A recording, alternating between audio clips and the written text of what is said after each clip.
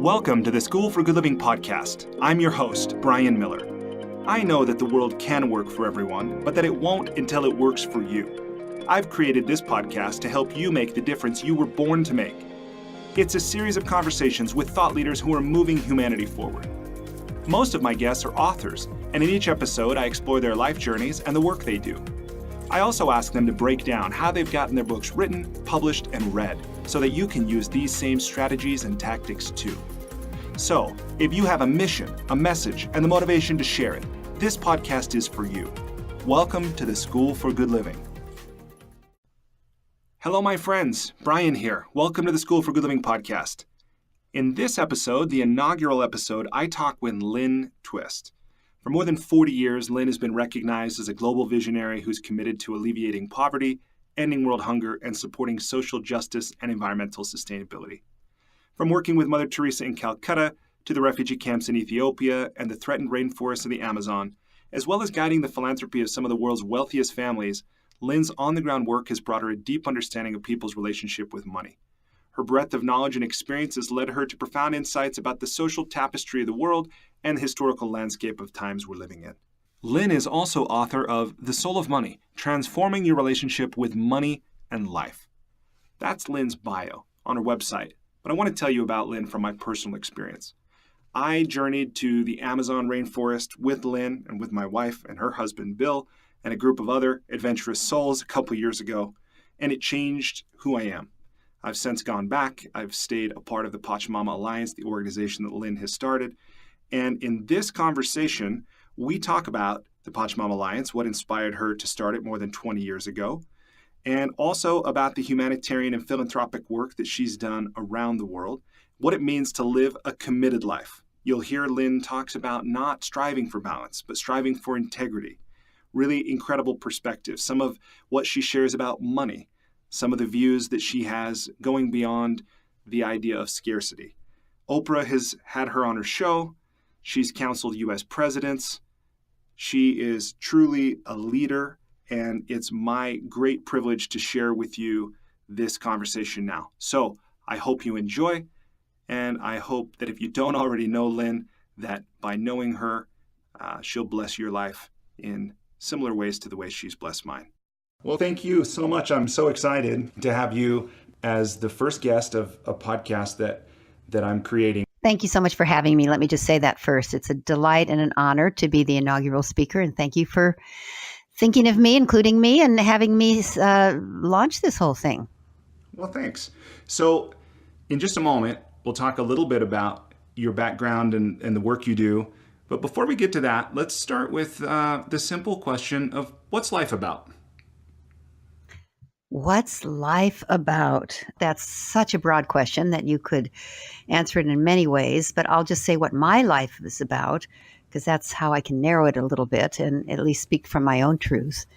I think life is about making a difference, making a contribution, that life is given to us, that it's a gift, and that it's a privilege to be alive. So that gift, that blessing, is there to have the opportunity to bless the world in some way with your life. And so when we're in touch with that, life really sings, life really soars. And so that's what my life is about. And I invite other people to see it that way because I know it really works. Yeah, it's so beautiful. And I can tell by having spent time with you over the last few years that those aren't just words that you speak, but truths that you live. It's very beautiful. When somebody asks you who you are and what you tell them? Well, it also sort of depends on who's asking me, because I have a commitment to speak in a way that honors and respects and speaks into the listening that I'm afforded. So if it's a child who asks me that, I answer in a different way than an elder or someone who's a media person. But if it's just you right now, and I know others are listening, you know, and I know that one of the things I do is share my life story with people through my book, The Soul of Money, also through talks that I give, through workshops I deliver, through programs I deliver through the Soul of Money Institute.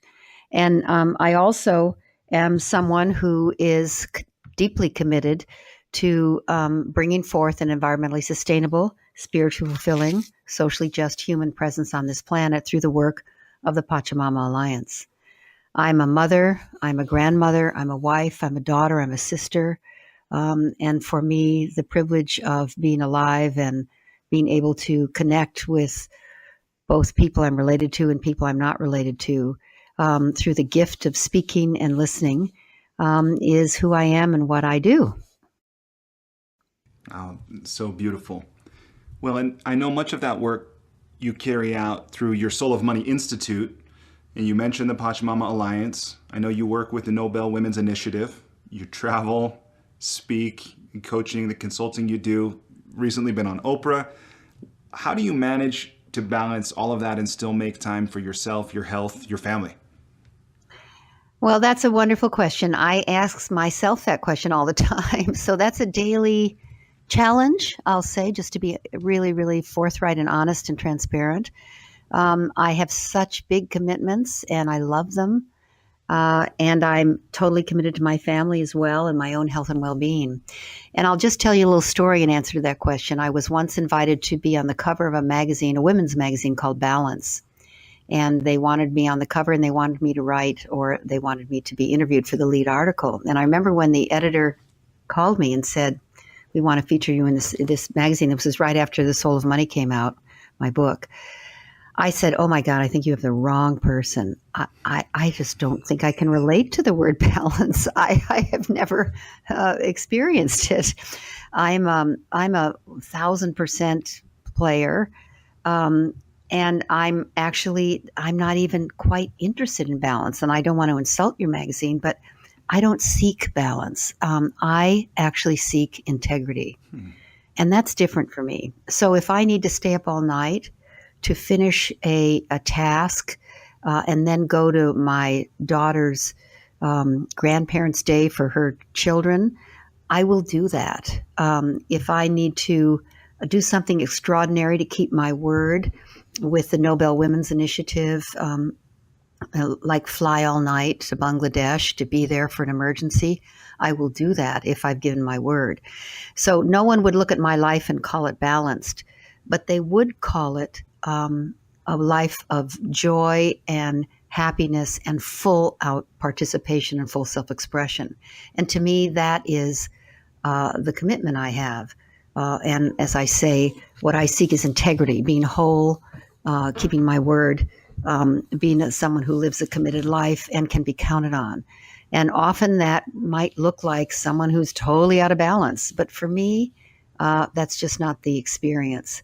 So I think balance is great. It's just not my word or what I seek. Yeah. At the same time, I must say, raising a family and being a full-on pro-activist, which is really who I am, a pro-activist, someone who's an activist for, not against. It's a beautiful distinction, by the way. Yeah, I used to call myself an activist, then I realized, no, I'm a pro-activist, a global pro-activist, an activist for, not against, and not a naive pro-activist. I know what's in the way of the vision that we all hold. Mm-hmm. I'm not afraid to address it, but I don't focus on what's in the way or what's wrong. I focus on the vision and what's working. So anyway, that is, it's challenging being a global pro-activist and raising a family and now having grandchildren. At the same time, I've found that somehow when I'm telling the truth, when I'm in my dharma, when I'm have integrity, it all works. And that's really the answer to your question. Well, what an interesting perspective to seek integrity over balance. I've never heard that before, but thank you for sharing that. So the next few questions I have are about your book, The Soul of Money. For a book to be in demand in print, purchased, talked about, read for so many years, it's obviously got to do something for people. And I'm curious, who did you write this book for? Who were those people? And what did you want it to do for them? And what is it doing for them? It's interesting. I love your question. And I don't know that I wrote it for anyone in particular when I wrote it. I now see that it is for a certain kind of person. But when I wrote it, what really inspired it is that I've been given such an amazing life. I call myself a person living a committed life where my commitments guide me. My commitments get me up in the morning, my big, giant commitments. And my desires have fallen in the background. I don't even know kind of what I want. I just know what I'm committed to. How did you learn that? Where did you learn this concept of living a committed life? Well, I think one of the biggest things for me was the Landmark Forum. When I took it, it was the EST training. Everybody, I think, when they find their way, they either get it through meditation or a guru or maybe a Christian upbringing or maybe a moment of revelation. For me, this 2-weekend training in the early 70s called the EST training just totally woke me up. I mean, it was a miracle for me. Why did you take it? Like, what motivated you to sign up for such a life-changing seminar? Well, it was inconvenient. I had little kids at the time. They were, I think, 2, 4, and 6, or 3, 5, and 7, maybe even younger than that. And my friend Sandy and I knew each other for many years, and I saw her at a party. I hadn't seen her in a couple of months. I looked at her, and she was practically glowing. Wow. She was radiant. Her vitality was just like jumping out of her body. She had lost weight. Her eyes were so bright. And I went over to her, saw her across the room, and I said, Sandy, what happened to you? I can feel something's occurred. You not only lost weight, that's so obvious, but what, something else is going on. She said, well, I took this amazing thing called the S training. I can't explain it. There were 250 people in a room and one person called the trainer. And I can't even explain it to you, but I came out of it. I feel completely transformed. And there's an event next week, and I'd be happy to take you and you can learn more yourself. I knew after I had that conversation with her, I was going to do this thing, whatever the heck it was. And then, of course, I went to an event and signed up, and Bill signed up too, my husband. But he was suspicious, and what are we talking about? And we don't want to do this thing, and this is crazy. And that was kind of his a little bit skeptical attitude, but he signed up. And then when it came right down to it, he said, you do it first. So you didn't do it together? Yeah, so that's kind of the way we do it. I did it first. I took the big plunge, and I came back so fired up, so in touch with who I am, so freed up from baggage I didn't even know I had from my childhood, things that had just kind of cleared up, as they say in the S training, or this is one of the phrases they used, in the process of life itself. And he observed me, married to me, and, knew me very, very well. And after I came back the way I was I was so much freer, so much happier, so much easier to get along with, so much less burdened. Not that I was burdened before, I didn't even know I was. Lynn, what did you, if you're willing to share, what did you let go of? You talk about being freer, but what was it that you let go of that made you lighter? That requires a little bit of a story, if I can tell you a story. Is that okay? If you're willing, absolutely.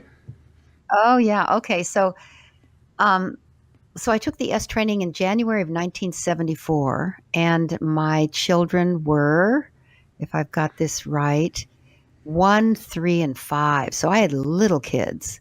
And my husband, Bill, was a very, very successful, he had gotten his MBA, and he had gotten hired by a big company, and he was starting to make a lot of money. And I was a little bit tied down with 3 little kids. I was trying to keep up with the Joneses, if I can use that phrase. Everybody that in his firm they were starting to be paid really, really well. They were closing these gigantic deals.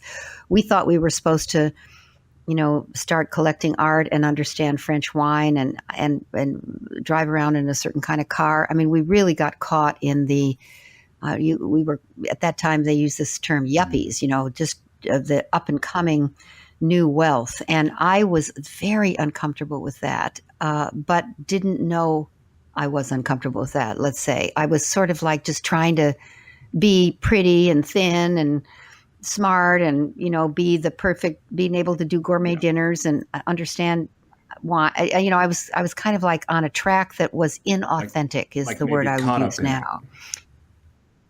I was totally caught up in it. And In the S training, one of the things that I let go of is all of that, and how I let go of it, I can't explain because the S training for me was miraculous and almost magical. But there was a whole chain of shame and regret, you could say, that I had around my own father, who died when I was 12.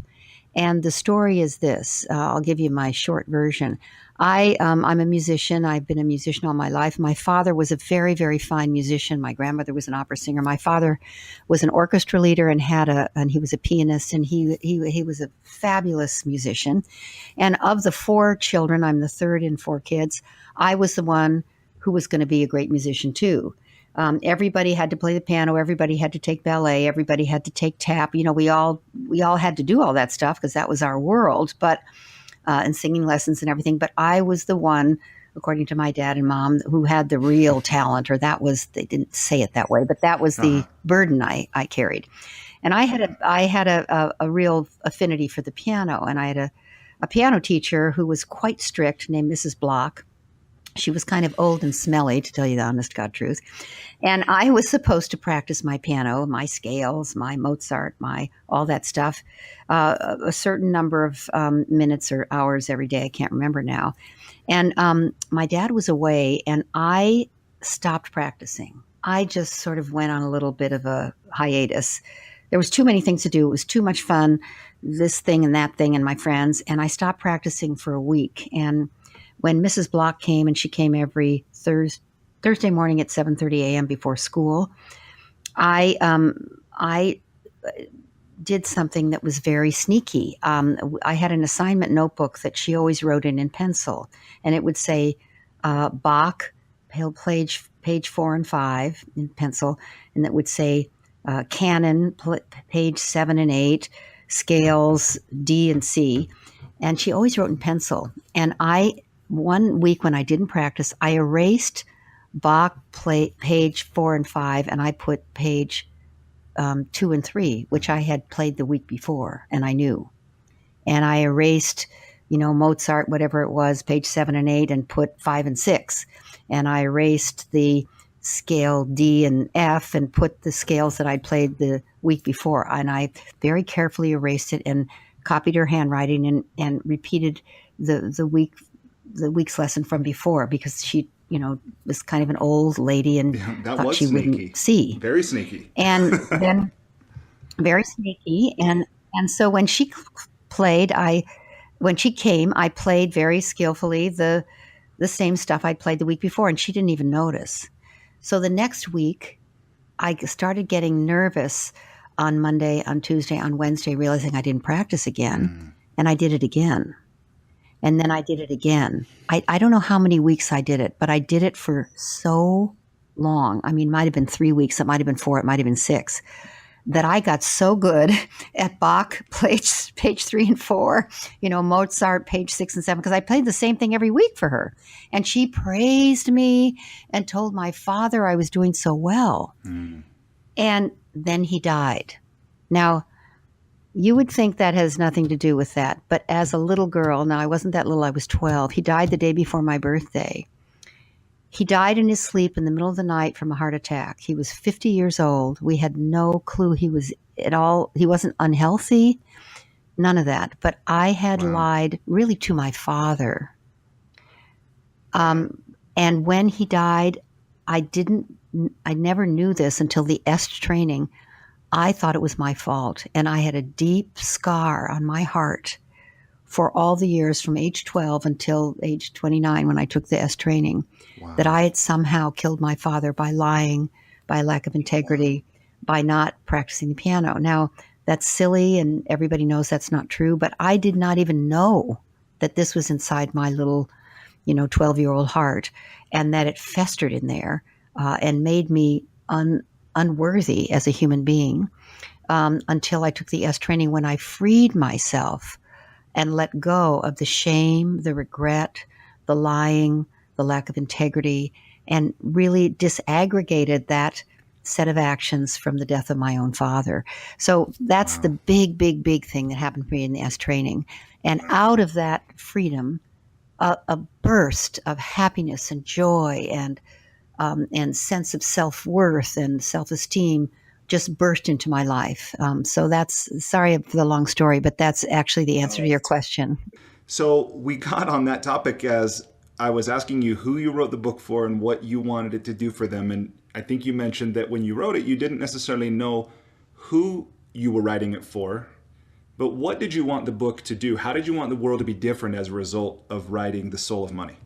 Well, I carried around a sense of responsibility that I'll share, because this is really why I wrote it. I realized that I had, out of living a committed life, which I spoke about just a few minutes ago, I had ended up working with Mother Teresa in India. I had ended up being in Ethiopia after the 1984-1985 famine, with people who lost every child to the starvation.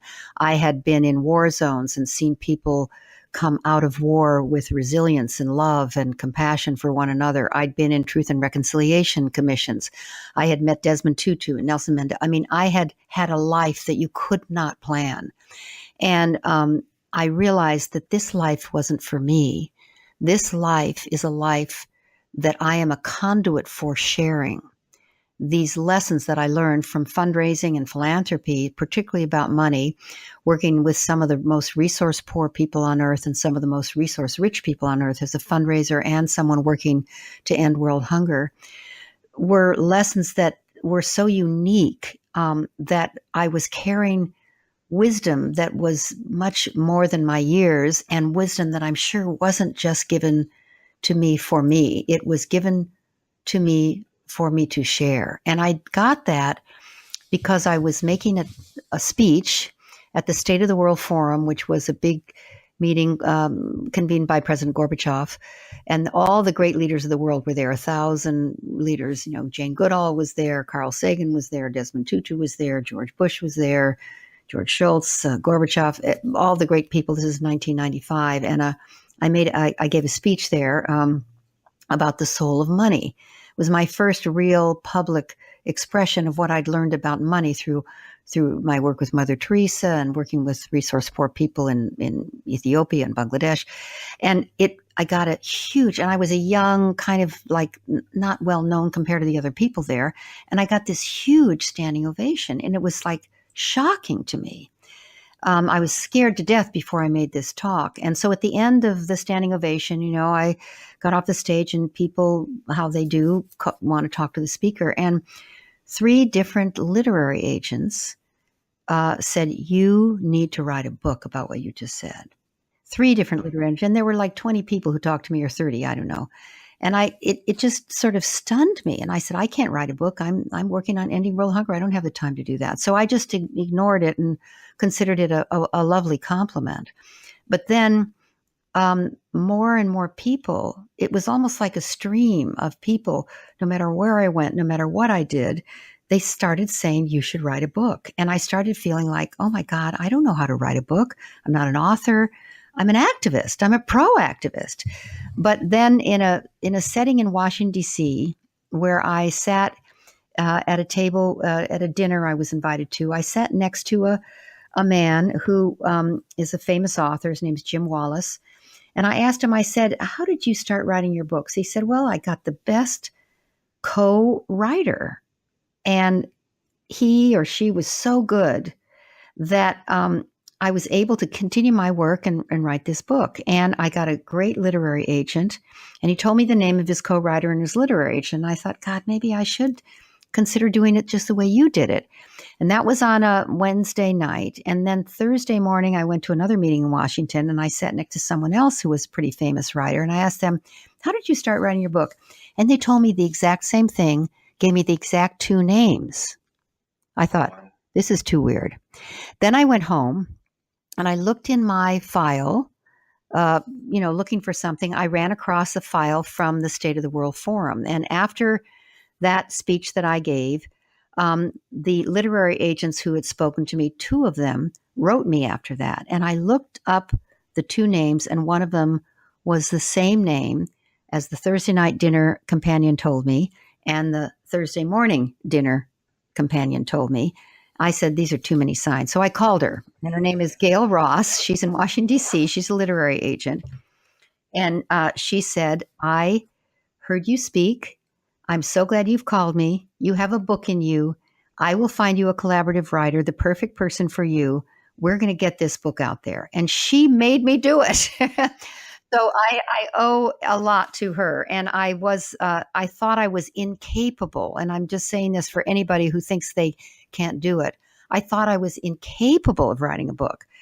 But the truth is, if you have a message, and everyone does, and you want it to go out into the world, and I felt the responsibility, not for whom was the book, but I was carrying so many teachings that I couldn't just hold them for myself. I knew they weren't just for me, that it was my responsibility to share them with whoever would listen. That's kind of the audience I had at the very beginning. No, it's a beautiful story. One thing I'm really interested to know here is, I think for many people, although it's almost impossible not to respect and admire, your journey, your experience, your courage. I think for many people, maybe it occurs as like impossible, or it's unrelatable. I mean, I heard you say you were 29 years old when you completed the training, and you had kids, you were married, you had a home, this kind of thing, and then you go and you're making speeches in international gatherings with world leaders, and help me understand how a person can follow that journey, going from where they are, where everybody wants to make a difference, everybody wants to contribute, but it just seems so unrealistic. Well, it is unrealistic. That's the honest to God truth. It's unrealistic. It's difficult. It's there's no formula. The how is a mystery to me too. And that's not helpful, Lynne. I know. I will tell you that how I really made peace with it was when I got to a point 3 years into the Hunger Project, which really was the thing that captured my heart and soul. After I took the S training, the Hunger Project began, a commitment to end world hunger, and it became a worldwide commitment and a very significant organization that I was part of at the very beginning. And 3 years into that, I thought I was just going to volunteer for a little while, for 2 or 3 months. And then, 3 years later, I was all over the world. I was one of the leaders. I couldn't stop. And I remember coming home from a trip abroad and sitting down with my kids. And this is when they were now 4, 6, and 8, or maybe 5, 7, and 9, and sitting down on the floor of our family room with Bill, my husband, and my 3 children. And I was just sobbing. And I said to them, I want you to know that I didn't mean to, miss the soccer championship and not be there for spring sing, or miss the parent-teacher conference. But this commitment to end world hunger is just taken me over. And I didn't know that it would take me over the way that it has, and that I would become so completely dedicated and committed. And I just want to let you know, I don't think I can stop. And I thought I could just do it for a while, but I can't. I think this is my path. I think this is why I was born, and I'm doing it for you in so many ways, but I need your permission to continue. And my daughter, okay, so my kids are sitting on the floor and Bill's sitting there. My daughter, who's in the middle, her name is Summer. I think she was 7, maybe. She said the following. She said, Mom, if you can end world hunger, we don't want you taking us to the orthodontist. Someone else can do that. We're so proud of you, Mom. You're the coolest mom. Everybody wants to know where you just were. We have the coolest things for show and tell. And other kids, and my sons, the older one and the younger one, chipped in. Yeah, other kids, they at spring break, they go to Aspen and Disneyland. We go to Micronesia. We have Ethiopians staying in our guest room. We have astronauts at the breakfast table. Mom, you're the coolest. Don't worry about us. We're fine. And I was sobbing, and they really gave me their permission. Wow. And what about Bill? What about your husband? How did he respond?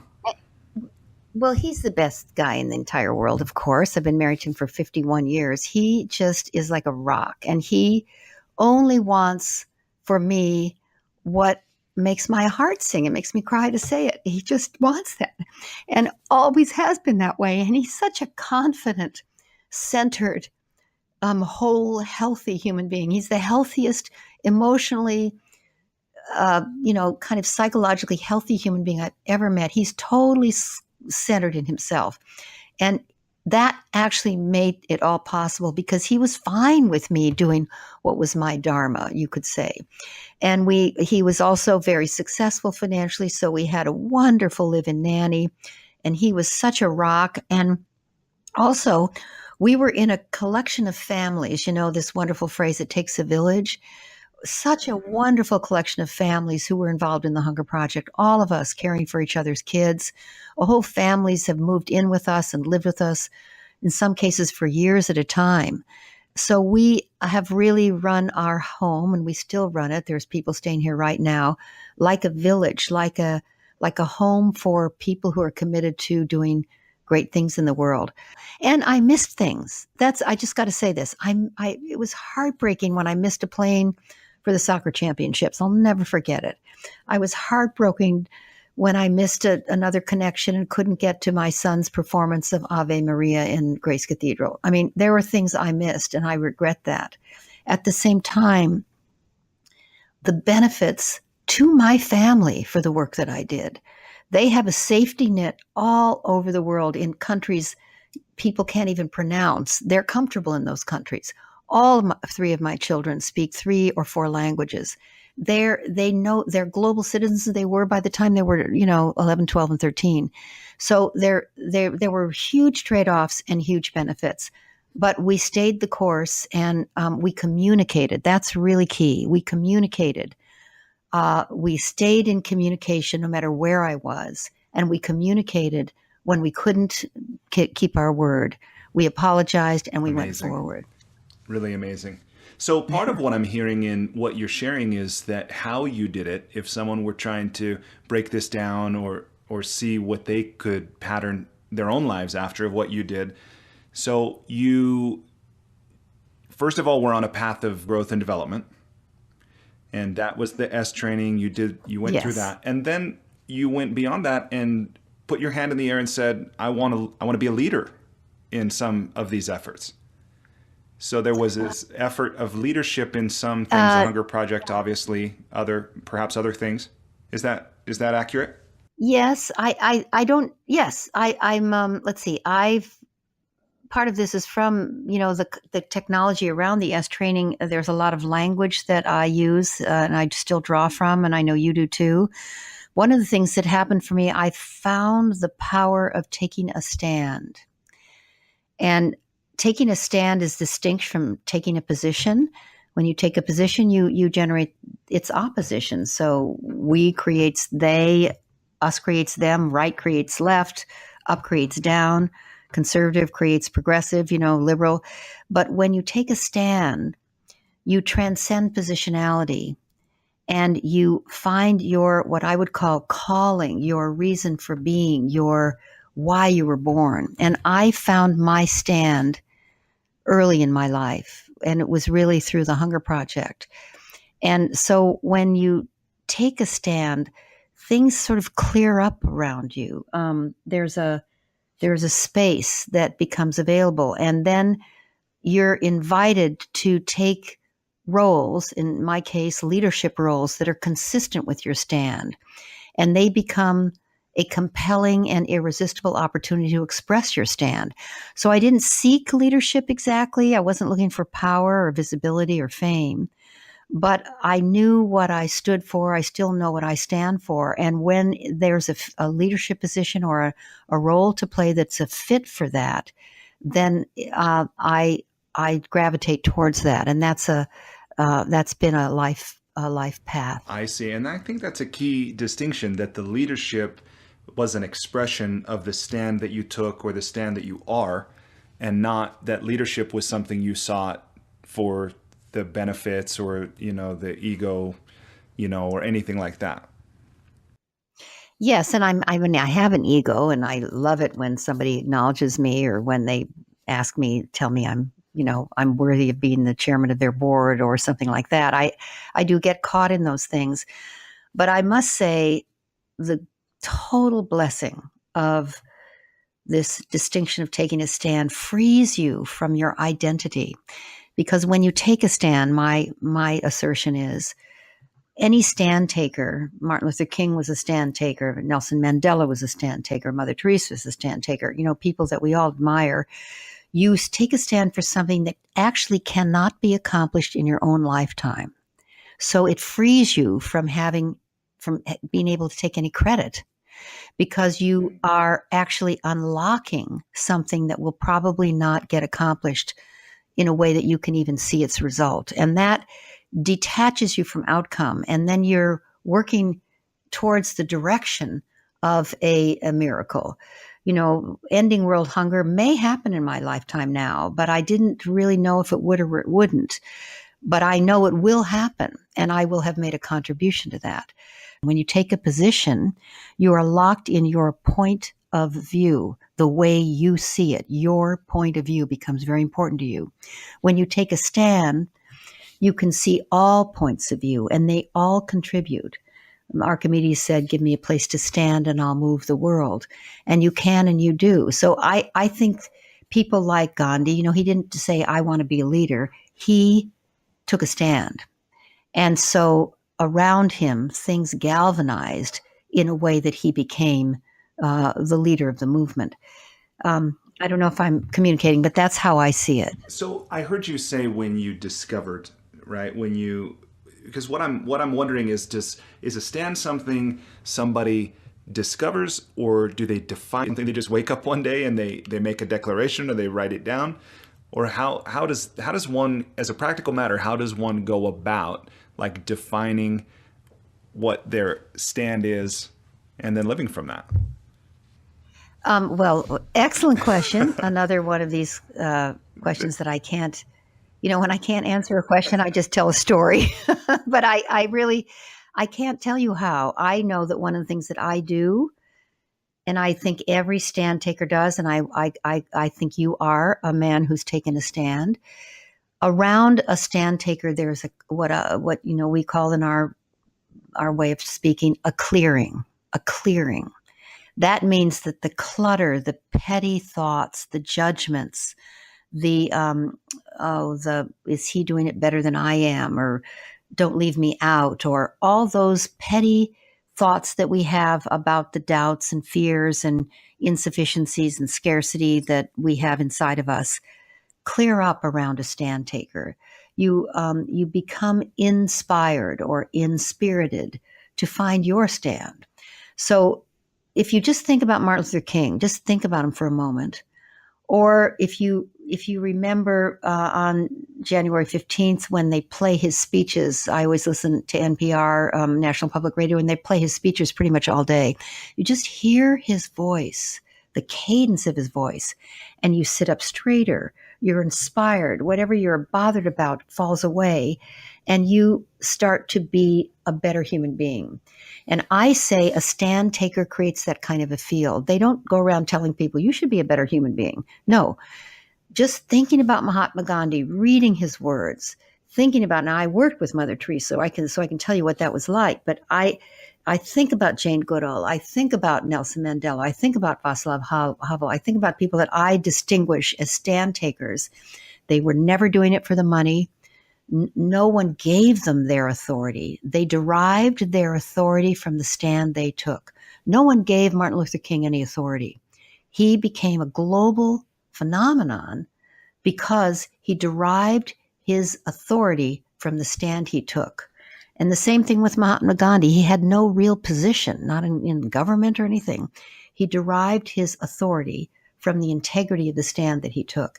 And that creates a field where other people have the space and a clearing, I'll call it. So the answer to your question is yes, yes. You discover it and you take it. It's like you discover it and then you claim it. If you discover it and you don't claim it, it lies fallow. If you try to claim it or force it, it's not authentic. So it's a yes, yes. You do discover it, and yes, you must articulate it, claim it, and live it. So is this something that anyone can do? I believe every single human being on this planet came into life to make a difference and maybe is not aware of that, maybe has given up on that, maybe is not in touch with that. But that's I can't prove that, but that's my assertion. I believe it's available to every single person. And I'll tell you, working with people in resource poor situations, I never call people poor because I don't consider people poor. I consider the resources or the circumstances they live in poor. But the people living in resource poor conditions like Liberia after that war, or Mozambique after that war, or Ethiopia after that famine, or even my beautiful colleagues in the rainforest, or the people that I've known in India that are often considered untouchables. Each one of those human beings, when given the opportunity, can make an extraordinary difference with their life. And that's really, I think, all they really want. And they don't know they can, so they don't even pursue it. Yeah, that reminds me of something I recently heard Alice Walker said, that the most common way people give up their power is by not believing they have any. Exactly. Amazing.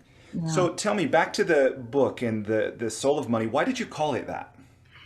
Well, that that title came from my friend Wink Franklin, who used to be the executive vice president and CEO of the Institute of Noetic Sciences, where I was on the board. And he created a workshop and asked me to speak at it. And he said, let's just call it The Soul of Money, because you're so soulful and you can talk about money. I don't know, let's just call it that. And I thought, oh, that's a cool title. And it's sort of a trick title. And then I realized I want to name the book that because nobody thinks of soul and money really in the same sentence. No. I mean, they just don't fit, because we sort of sell our soul for money, and we don't really bring money and soul in close proximity in our own lives. So I thought if I said the soul of money, even though money doesn't have a soul, and I don't believe that it does, we have a soul, and we can use money with soul. So it's a little bit of a trick title, Soul of Money, to get people intrigued enough to open that book and see whether or not they want to read it and buy it. And I didn't think of it as a trick title so much, but it just sort of worked. When I heard that phrase, it clicked for me. And when I talked to the publisher, it clicked for them. And so there you have That's it. great. That's very unusual that the author's title, what effectively is a working title, makes it all the way through to be the title of the book. But this one was a good fit. That is true. That's great. That's true. So I know you've been sharing messages around this topic of money for many, many years.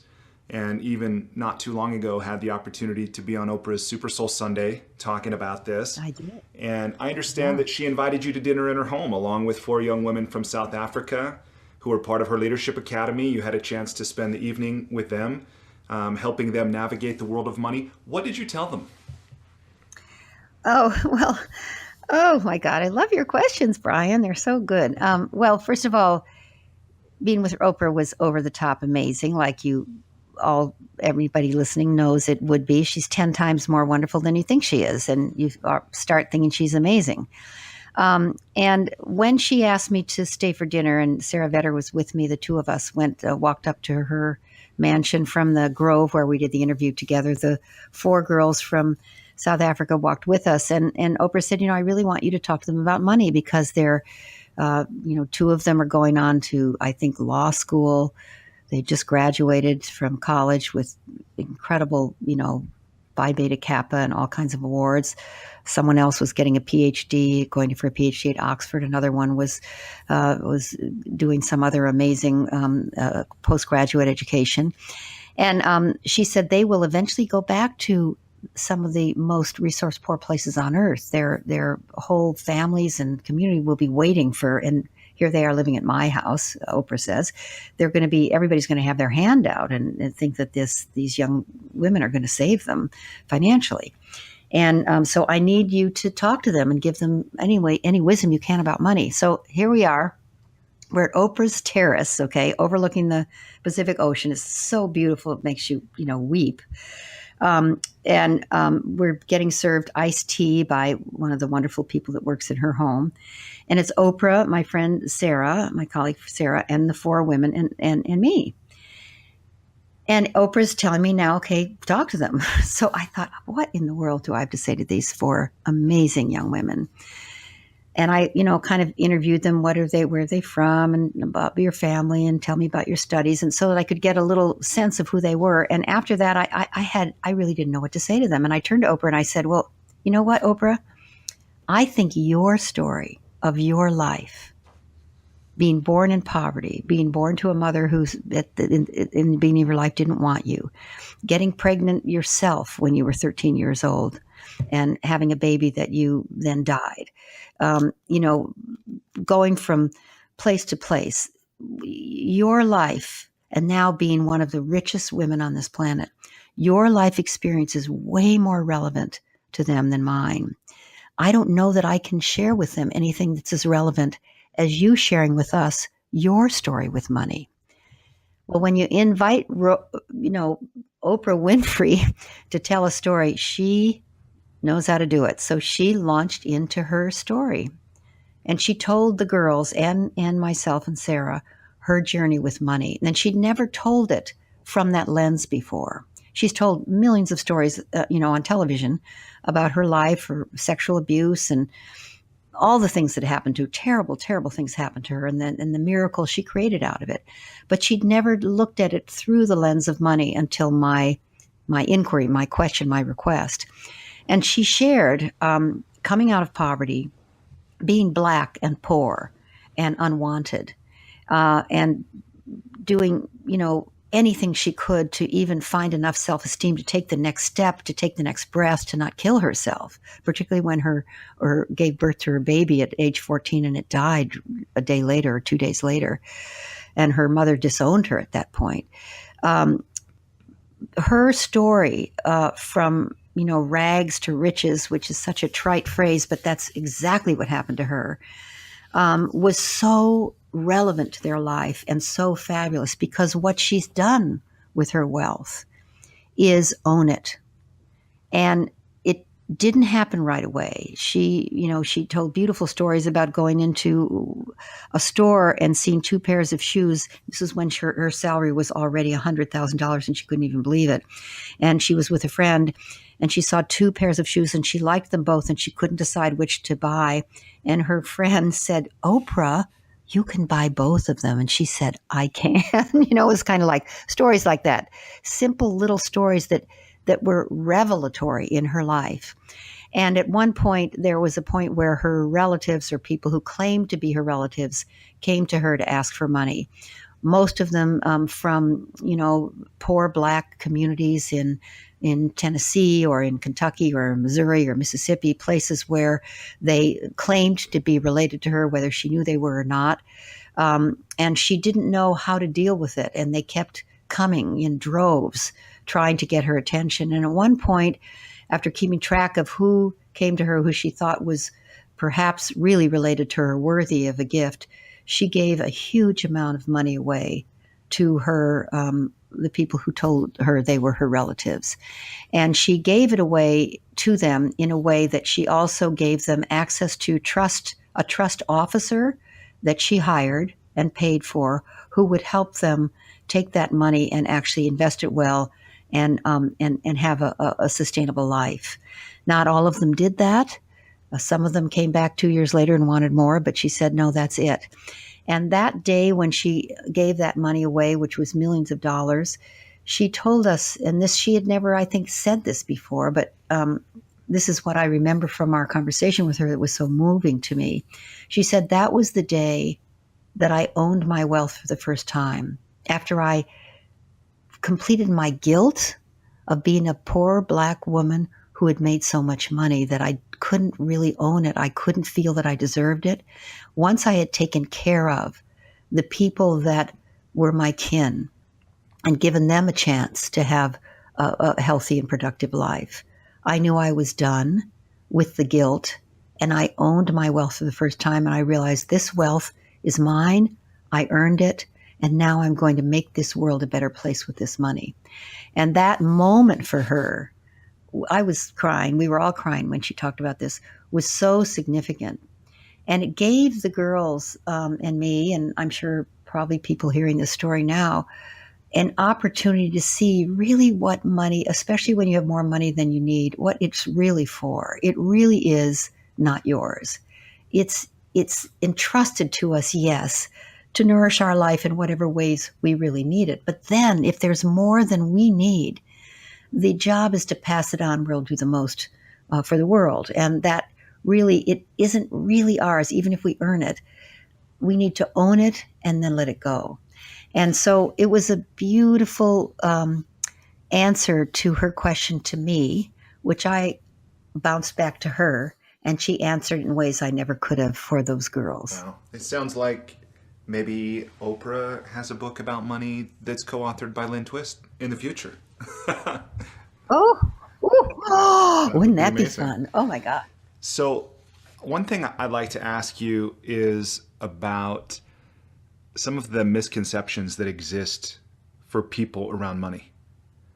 I've heard you talk about the difference between referring to a person as a poor person or a rich person, and even in this conversation, you referenced what we're really talking about is their circumstances, it's not the person. So when we use these labels, we're doing something. Will you talk a little bit about that? Yeah, I think that's one of the biggest problems in the economic dialogue or narrative that we all participate in, and what I would call the consumer culture or the money culture that devalues human life and exalts money. And we actually refer to people now, we used to call them citizens. That label is very honorable. We now call ourselves consumers. And that word is an ugly word for a human being. It means he or she who takes, depletes, diminishes, or destroys. And that's the devolution of humanity's view of itself compared to this thing called money. We put money way, way, way higher than ourselves. We will kill for money. We'll steal for money. We'll hurt for money. We won't speak to a relative for years over a money issue, which says money's more important than that human being or that relationship. And this whole labeling that we do, and I'll go back to the way you asked this question, I did used to call people poor. I call people poor. I call them poor people.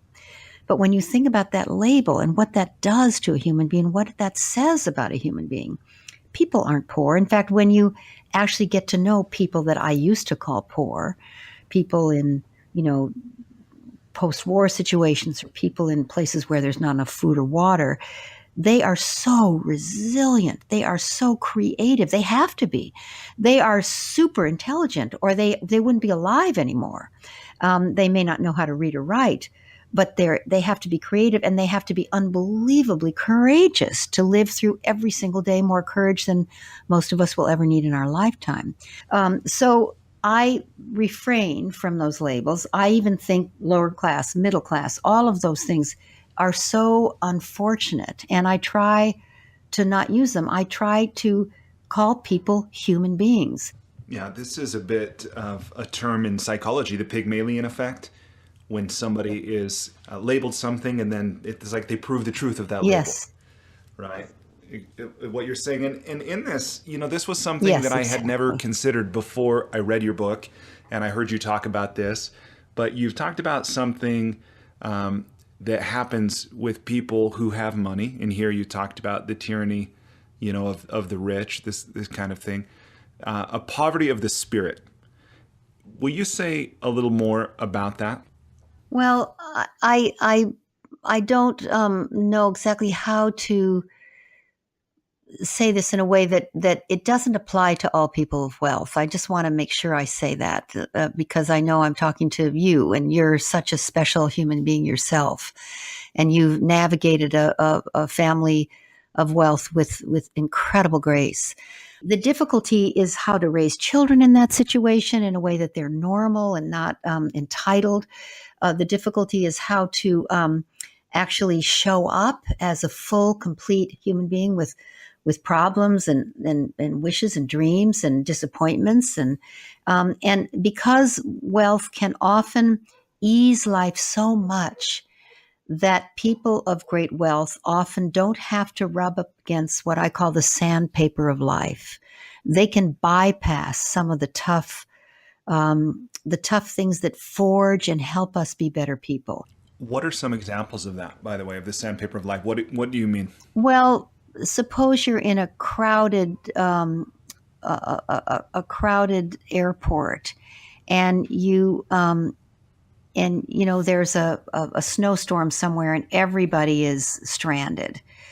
It seems like it's a great equalizer, but it's really not, because there's this lounge over here, and then there's this hotel in the airport that's more too expensive for most people, but people with money get to just go get a nice room and a massage. Yeah. Yeah, I get it. And yeah, as someone who has grown up in a family of wealth and who has many friends who are in established families, one of the things I see is that challenge of how to not only steward the wealth responsibly, but figure out what's my identity within it, what's my contribution. My question for you then is, if this is a situation that people of wealth or privilege is there's a lot of comfort, a lot of opportunity for many people, how can we avoid that kind of trap, so to speak?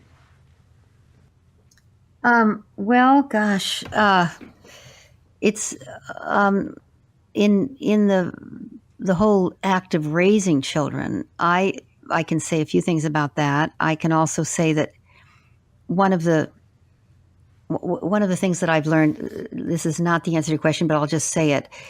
In working with many families of wealth, which is the great gift I have of having written the book, The Soul of Money, it draws sometimes families of great wealth to come to me with their challenges. I've learned that inside the dark hallways of many of those families, bulimia, anorexia, addiction, abandonment issues are so intense, because I think people think that they don't deserve the life they've been given, and so they make themselves wrong. They're empty. Now, not all people are like this, of course, but it's how we gain our confidence is by breakdowns and breakthroughs. We really do. That's how we, when you're building muscles. I've never been a weightlifter, but the weightlifter people tell me, or whenever I was in any kind of a fitness program, you got to break the muscle down and then you build it back up again. That's how you grow your strength. The same thing is true with a life. You need to allow people need to have the gift of failure, and then pick themselves up from failure, and out of that become stronger and confident that they're resilient enough to get through it. Allowing people to face the music of life, maybe giving them the support they need to get through it, but not doing it for them, is one, tenet, I would say, that I think we all know, but I'll just say it out loud. Another tenet is recognizing that the money, if you have gotten it, even if you've earned it, but in the case that we're talking about, if you've inherited it, doesn't really belong to you. It is flowing through your life, and that flow is something you are entrusted with, and how you use it determines the character of your life, determines the depth of your integrity. I love that. I think it's such a wonderful perspective. And I just had the opportunity last week to spend time with our friend Charles Eisenstein, and heard him share this view that even if we have earned the money, what allowed us to earn the money, the gifts and the strengths and the talents that, enabled us, in whatever resources and other people helped us, that ultimately at its essence, that can all be viewed as a gift, and probably rightly so. Yes. And if we view it as a gift, because it is, I believe, then we can live in gratitude and gratefulness. And that is the source of prosperity. That's the source of prosperity, not more money or more stuff. Being grateful, recognizing the gratefulness of one's life, even if you have a pittance, is the source of true prosperity and true fulfillment. So you mentioned Pachamama. And I know from having journeyed with you to the rainforest as part of the Pachamama Alliance a little bit about your work there. And will you share with me a bit about what the Pachamama Alliance is and what you do? Well, the Pachamama Alliance is an alliance between the indigenous people of the sacred headwaters of the Amazon rainforest and conscious, committed people in the modern world like you and probably all the people listening here and myself, for the sustainability of life. So an alliance between indigenous people and modern world people for the sustainability of life. The specific location where the indigenous people who co-founded the Pachamama Alliance with my husband Bill and John Perkins and I happen to live, and it's not a coincidence, in the sacred headwaters region of the Amazon rainforest, the most biodiverse ecosystem on this planet and the most critical ecosystem on this planet. Not even knowing that the way I just said it, they know that they are the custodians of the source of life. And so they are fiercely and unyieldingly committed to preserving it. And those of us who are part of the Pachamama Alliance from the modern world are their partners in doing that, not only for themselves, but for the sustainability of life. But also, they are so wise and so intentional that they really know that the threats to those forests and to all ecosystems and all life is not oil companies per se, mining companies per se, although those are very dangerous predators, but the way we view ourselves and this world, which they call the dream of the modern world, or the trance of the modern world. The trance that's rooted in consumption, acquisition, more of everything, particularly money, but possessions and cars and roads and companies and the square feet in our houses, et cetera, until, more of anything. So this beautiful organization, or I really call it like an energy, a movement, an organism, is both to preserve the sacred headwaters of the Amazon, the source of life, and to change the dream of the modern world, or transform, awaken us from the trance to a new dream, an environmentally sustainable, spiritually fulfilling, socially just human presence on this planet, which, as I said before, is a stand that I've taken, and I know you have too. And that phrase, an environmentally sustainable, spiritually fulfilling, socially just human presence on this planet, is what we call the new dream for humanity. And people can learn more about this work at pachamama.org. Is that right? They can. And anyone who's interested in this, they can participate in one of these transformational workshops. They can go to the rainforest. Is that right? Yes, we take people to the rainforest. We also, I forgot to say, we have a wonderful program called The Awakener, which we do inside of companies. And it's 2 hours long, and it's really powerful. It's a condensed version of the Awakening the Dreamer program, and every company on earth should take it. It's only 2 hours long, and it really taps people into who they are. And then we do trips to the rainforest. We call them journeys. And they're anywhere from 6 days long to 2 weeks long.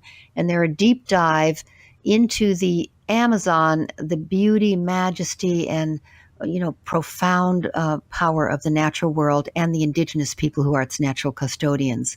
And also a real deep understanding of the work of Pachamama herself. Yeah, that's amazing. Really amazing. Well, and the last thing that I'll ask on the topic of the Pachamama Alliance is just from reading your book and talking with you, I understand that you really were inspired to do this because of a dream you had, like a night dream, kind of dream after you'd fallen asleep, not just like a dream of your heart or something. Is that the case? And if so, will you share a little bit about that? Yes, I will. Well, I actually had a very, very profound vision in a shamanic ceremony in Guatemala with 12 people laying on the ground around a large fire on the top of a mountain with my friend John Perkins and a shaman named Roberto Pose, a Mayan shaman in Guatemala. And I was there really to help out with a friend who had a project there. And we ended up, through a series of circumstances, with this Mayan shaman doing a ceremony. And ceremony often includes plant medicines, but this ceremony did not. It was just this beautiful shaman named Roberto Pose, his drum and his voice. And he chanted, told us to lie down around the fire with our feet towards the fire like a big wagon wheel. He chanted and whistled and sang and chanted and whistled and sang and was drumming. And during this journey, it was called, and it was in the middle of the night, it was at midnight, I felt my right arm turn into some sort of strange, large, amazing wing. And I had my eyes closed, but this was like, I thought maybe I must be dreaming. And then my left arm started to shake and quiver, and it seemed to be turning into this giant wing. And then before I knew it, this giant beak was growing on my face. And then I just had to fly. I couldn't have laid there for one more second. These huge wings on either my right and my left side, on both sides of my body, just had to extend. And I flew above the campfire, looked down at the campfire and saw myself lying there, heard the shaman's voice and the whistling and the drum as clear as it could possibly be.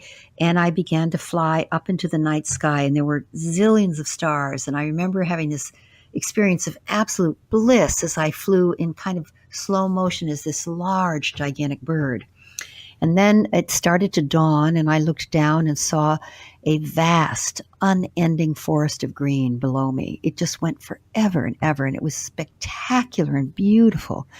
And I looked down through the trees, and I could see all the way to the forest floor. I had very, very acute vision. And then at a certain point, these disembodied faces of men with orange geometric face paint and yellow, red, and black feather crowns on their heads started to float up from the forest floor through the trees to me, the bird, and call to the bird in a strange tongue. And that happened over and over and over again. And it was hypnotic, mesmerizing, completely, magical, actually. As I was flying over the forest in slow motion, these faces kept appearing, coming through the trees and calling to the bird. And then at a certain point, there was a loud drum beat. I opened my eyes. I realized, oh my God, I'm a human being. I don't have wings. I don't have a beak. I sat up, and everybody around the circle, you could see from their face, they were, discombobulated, and something had happened for everybody. And so the shaman asked us to share what had happened for us, and we ran around the circle, and everybody had become an animal. And when it was my turn, I shared what I've just shared with you. And then it went all the way around the circle to my friend John, and John had a very, very similar vision to mine. So the shaman then completed the ritual, dismissed everyone but John and I.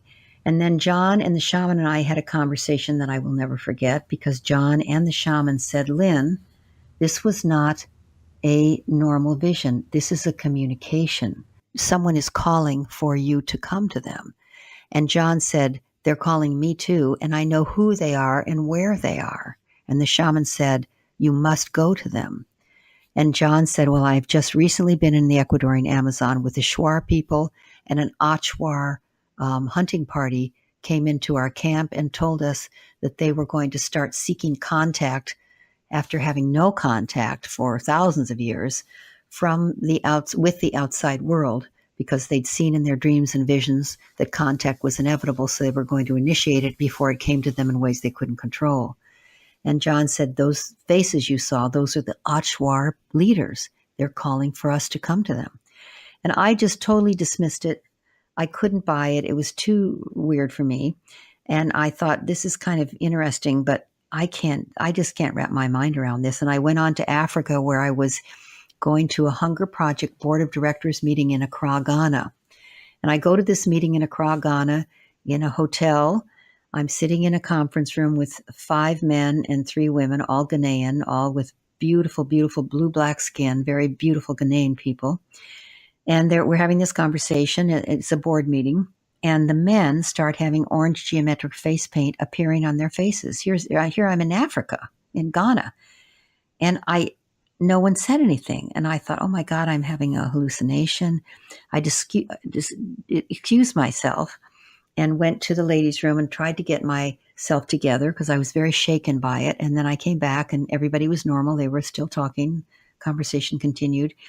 And then it happened again. And I burst into tears and told everybody I had to go back to the United States, that I was ill, that I was confused, too many time zones, too many countries, too much travel. And what did you think was happening? Well, I thought I was going crazy. I thought I was insane. I thought I really did believe that I was ill, that I was having a hallucination from the strange thing that happened to me in Guatemala, and that I needed to rest. And so I packed my bag and went straight to the airport and tried everything I could to fly home as fast as I could. And I flew from Accra, Ghana to Frankfurt, and the faces, when I opened or closed my eyes, the faces kept coming towards me. That I couldn't stop seeing them.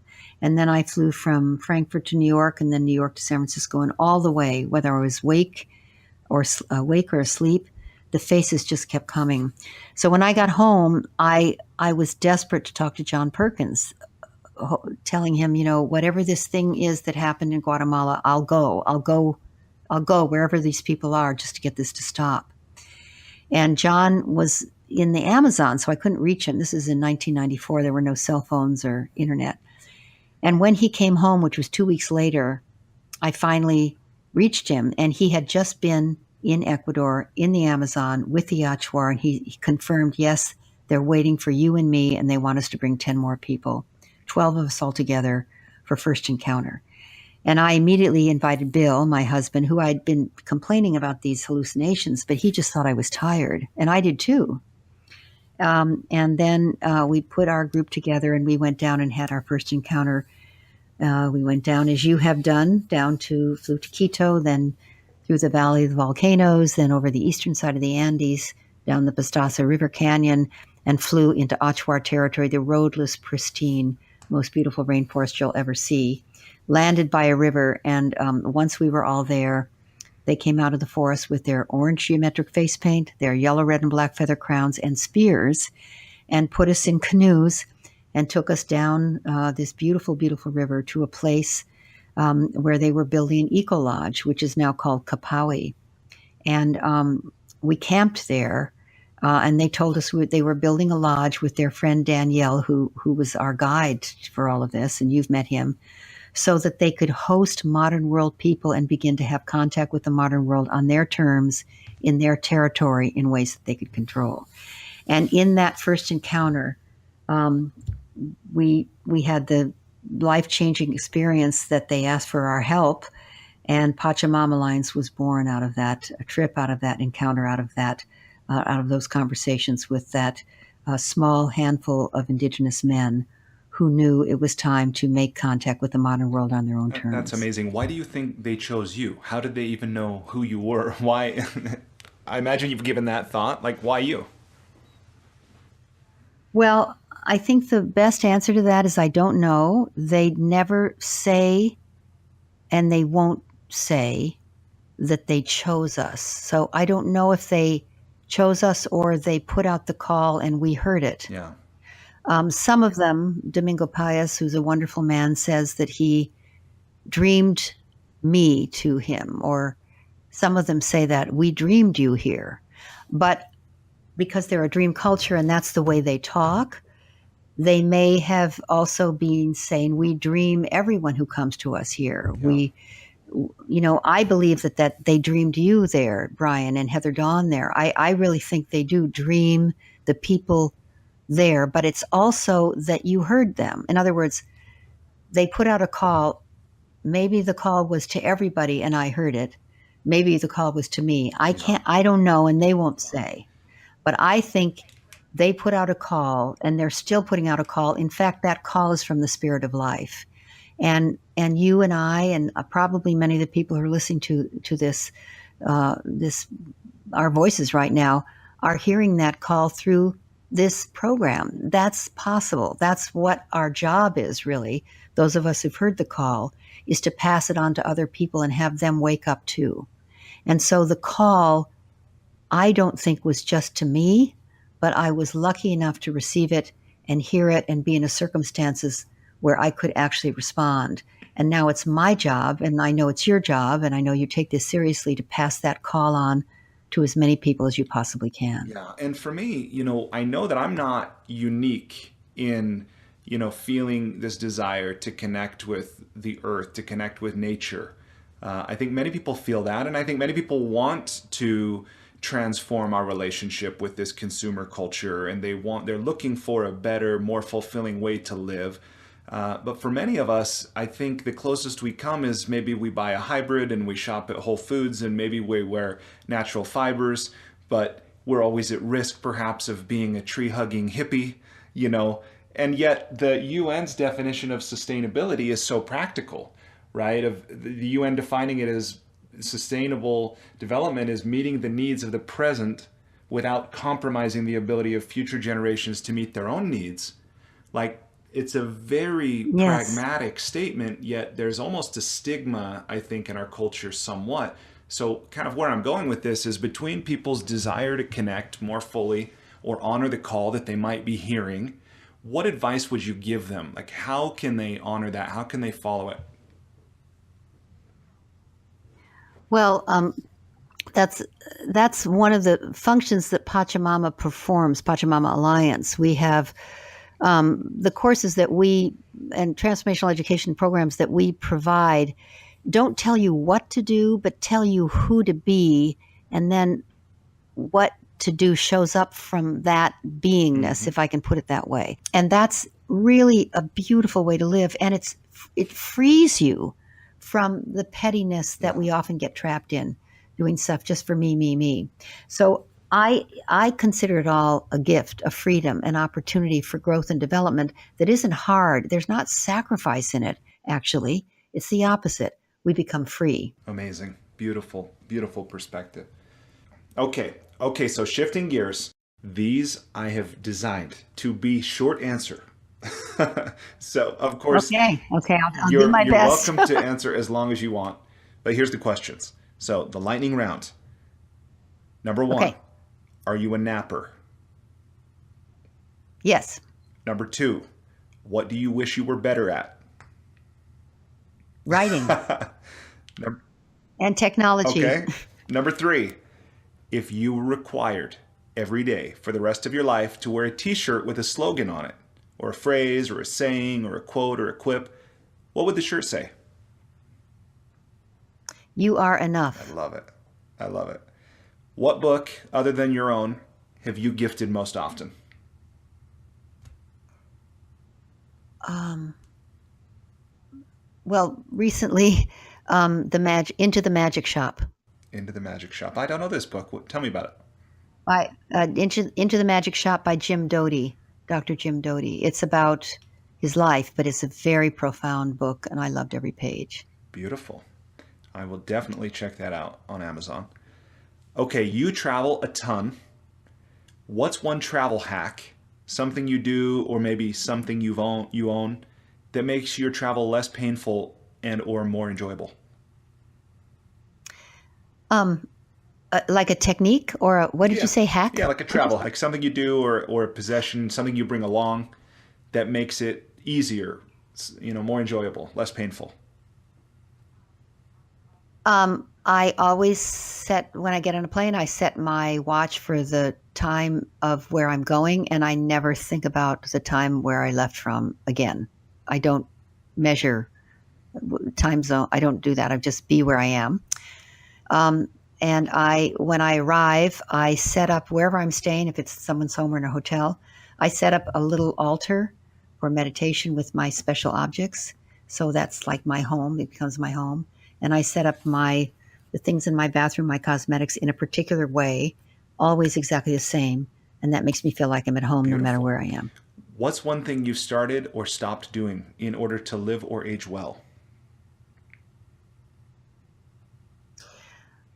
Started or stopped doing. I oh good. I have let's see. I stopped drinking coffee, and I mostly don't have sugar, and I drink lots and lots and lots and lots of water, and I do yoga Wow. every single day, and I Good meditate for every you. single day. How long have you been on that program? Of all those, no coffee, no sugar, like low Uh, well, sugar, I like all that. I had a heart incident in November. I mean, I had a heart incident last year, and then I had a little procedure in November, not non-invasive. It's called a catheter ablation, not surgery, but a heart thing, where they went into my heart and did a little thing, and it scared That me. is scary. And so I have a beautiful, beautiful Chinese medical doctor who said you need to drink at least half your weight in water and fluid ounces every single day, and I do that now. And I've always done yoga every day, and I've always meditated, so that's not new. But I meditate longer, and I do more yoga. And then stopping coffee was her recommendation. My Chinese medical doctor. She said, too much acid. It's not the caffeine, it's the acid. And so I stopped. And I can have a cup like once a month, but it won't kill me, but not good for my heart. Yeah, and not every day. What kind of yoga do you do? Well, I do my own version, and it's really simple. It's the salute to the sun. There's many versions of that. Vinyasa? But Vinyasa, that's Yes, it. My own I little love it. version. Yeah, the thing that I like. Cool. And that actually was my next question was leading into mindfulness. I wondered if you have a mindfulness practice that you observe and if so, what is it? Where did you learn it? That kind of thing. What does it do for you? Anything about that? Well, one of the things that oh, this is too long. I won't do that whole thing. Mindfulness is clearly part of my practice, has always been, or for many, many years, and now even more so. And I read from several different books every morning quite early, and then I meditate on what I've read. Are they the same books through the years, or do you alternate? Yeah, well, I change all the time. Sometimes Brother David, sometimes I've done the Course in Miracles. I'm right now reading something by Deepak Chopra. So a spiritual book of some Mm-hmm. kind. And I usually read passages for 2 or 3 every day, and then I meditate. I have incense, and I do a whole little thing. I make a little special moment for myself, and that's really important to me every day. And this is whether you're home, whether you're traveling, it's every day regardless. Yeah, every day. I don't always have the what do you call it, incense with me, but I have all my other little things. Are you a Very morning important. are you a morning person? I am a super morning person, and I like to go to bed early at night. Oh, you probably live longer that way. That's I great. hope so. Okay, I've got a few book specific questions and then a few kind of lightning round Sure. questions. I'm interested to know how what process you followed to actually get your manuscript done. I know for many people, the act of writing, many people, myself included, the act of writing is painful. It's arduous. It takes a lot of mental effort, a lot of self-discipline, stick-to-itiveness. But for you, what was that like? Once you heeded the call, you made the commitment that you were going to write the book. How did you actually go from this intention to a finished manuscript? Well, I am a very social character, so I'm not a solitary producer. I do everything in collaboration with others, and the book was done that way as well. I shared with you the story about a literary agent who contacted me, who had been referred to, who had been named several times before. The kind of miracle of finding Gail Ross, the literary agent, and then she gave me a list of collaborative writers. They're not ghost writers because they're not invisible. You put their name on the book too. Collaborative writers that she thought would be good for me. And when I heard Teresa Barker say hello when I called her, I don't think she had to say more than hello, and I knew she was the right person for me. Teresa Barker is a collaborative writer who's done many, many books with many people who are, who think they're too busy to write, or whether they are or they're not, they think they're too busy to write, or they're sort of in the proactivist or activist category, and they can't seem to stop and be quiet enough to write. And I'm definitely in that category. So the stories produce the teachings. The teachings produce the stories. Sort of like our interview here. And she recorded it all and transcribed it all, and then she had the skill and the capability of organizing it. And she helped us do a really good job with the proposal. Teresa had done hundreds of proposals, so she knew what she was doing. And then Gail took it to the publishers. And we had 17 publishers ask for a personal meeting. We were very, very lucky, and I went to New York, and I remember seeing the publisher thing was so scary for me. Oh my God. And the first meeting I went to, I think it was with Bantam, and I thought there would be one person. So I was there with Teresa, my collaborative writer, and Gail Ross, this very seasoned literary agent who knew the game very well. And then me, who knew nothing and was scared to death. And we walked into Bantam, and there were 10 people in the conference room. 10 people. I thought, are they here to meet me? I can't even believe it. there was marketing people and cover people and editors and the editor-in-chief, and it was like so scary. And they interviewed me like they interrogated me. It wasn't an interview. It was terrifying. The first day, I think we saw 6 publishers, and each publisher said, this should be a how-to book. You know, the books that really sell, or the books that are on the front table of the bookstores are, 3 steps to financial freedom and 5 steps to prosperity. And can you turn this into a self-help book? Because that's what really sells. And I started by the end of the day thinking, my God, I guess I better do that.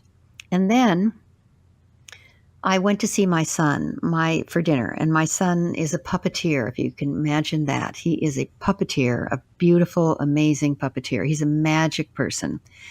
And he said, Mom, don't become what they want you to become. You tell your story, and if they don't want it, let them go. Because he had done, Disney had tried to compromise him and Harry Potter people, and he's a very pure artist. And he said, Mom, you've got a message that nobody's had before. Stay with it. Don't try to redesign it for the publishers. And I was just a wreck. And so the next morning, the first meeting I had, or the second meeting, I went to W.W. Norton, which is my publisher, and the man who was in the meeting, there were still another big group of people, looked at me and he said, this is an idea book. Don't let anybody tell you it's a self-help book. This is an idea book, and it's original thinking, and we want this book. And I burst into tears. And, he got it. And I'll never forget this guy. He's such a great guy. He's the editor-in-chief of Norton. And my literary agent said, no. Don't you respond. We have 12 more publishers to go to. But I knew I would go with Norton. And they didn't do the highest bid or anything. I just knew. No, it's beautiful. Well, then, and I know that some of these things can seem daunting for somebody who's just starting out. Talk about a publicist and talk about an agent and writing a book proposal and visiting, making the decision to self-publish or go with a traditional publisher, like all this. What advice do you have for people who are working to get their first book done?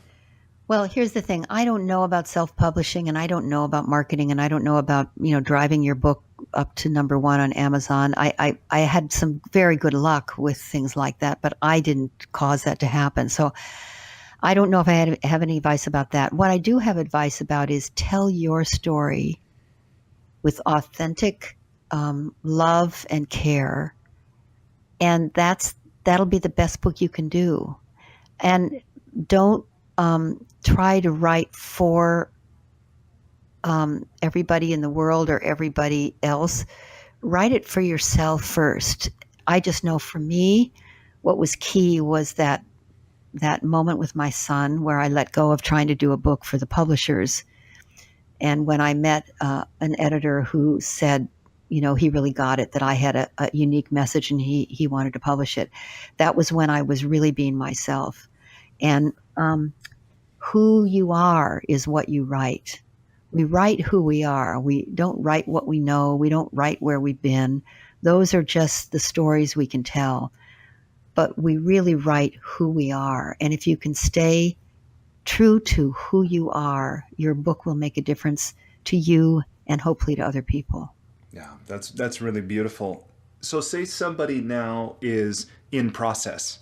They're in the tunnel. They're in the belly of the snake, so to speak. I know some of the years-long endeavors. What advice do you have for somebody who's in it? They're in the muck. I once heard Jack's manager and colleague, Patty Aubrey, refer to the book writing process as the Prozac experience. Right? And so for somebody who's in the thick of that, who's maybe got a little bit of ambiguity, wants to give up, what do you say to that person? I would share that I gave up over and over and over again, and then I got back on the horse, as they say. I got a little book that most people have heard of, and if people haven't, I recommend it. It's called Writing is Rewriting. And it's a little skinny book, and it just tells you it's okay to write something absolutely terrible that you hate, and then rewrite it. It's better to write than not write. And you can always rewrite. In fact, all writing is rewriting. I think you get back in touch with what you stand for, which is what happened for me. I am going towards the answer to your question. Yep. If you're clear about what you stand for, and the book will serve what you stand for, rather than you're standing for writing a book, which is really a goal or a to-do or a giant task. But in my case, I was standing for creating peace and freedom in people's relationship with money. And I knew that a book would make a difference in fulfilling that stand. And so the book was useful for me to write and hopefully for people to read. So when you get stuck in the details, in the story, in the muck, in the mud, in the difficulty, in the procrastination, in the I don't know why I'm doing this thing, if you can get back in touch with what you stand for, what your life is really about, and see if writing a book is a asset for that, and I know that it is, so that will be the answer. Will be yes. It'll free you to get in the flow again. I love it. Awesome. Okay, so if people want to learn more from you or they want to connect with you, what should they do? Well, I have a website called thesoulofmoney.org, and also you can go to lynnetwist.com, and that on both of those websites, they lead you to the same place. There's information about the Soul of Money Institute, my book, and the courses we offer online and in person, and coaching and all the things I've talked about. And then it also will lead you to Pachamama Alliance, but you can go straight to Pachamama.org, and that will lead you to the symposium that I talked about, and the Awakener, and the Game Changer Intensive, and trips to the Amazon. And then the third area, and my website will lead you to all of the above, but is the Nobel Women's Initiative, and that's nobelwomen'sinitiative.org.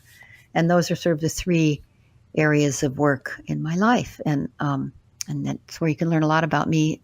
Really, on my website, there's a lot of stuff. Beautiful. And all of that will be in the show notes as well, so people can get there they can follow the link in that. And okay, so my last question, I debated whether to ask this, but I'm so curious.